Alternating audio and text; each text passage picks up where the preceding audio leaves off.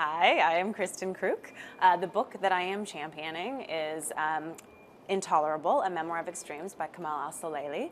I'm really excited about it. Okay, why? Why this particular book? What attracted you to it? Well, you know, it's interesting.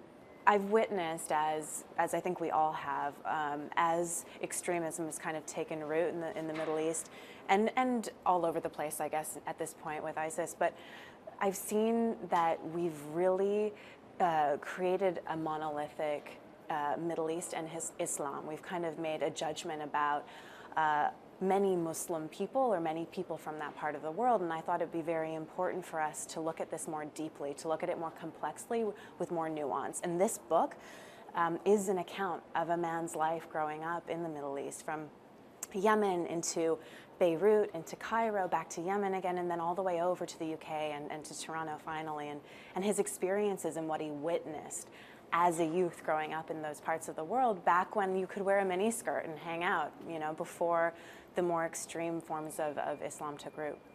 Okay, so let's talk a little bit about your approach, your strategy. Yes. Any hints as to how you're going to attack this?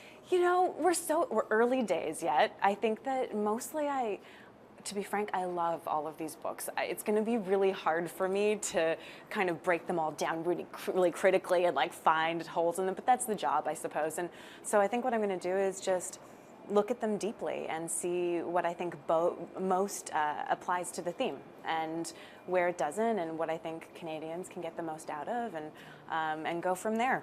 We'll see how it goes.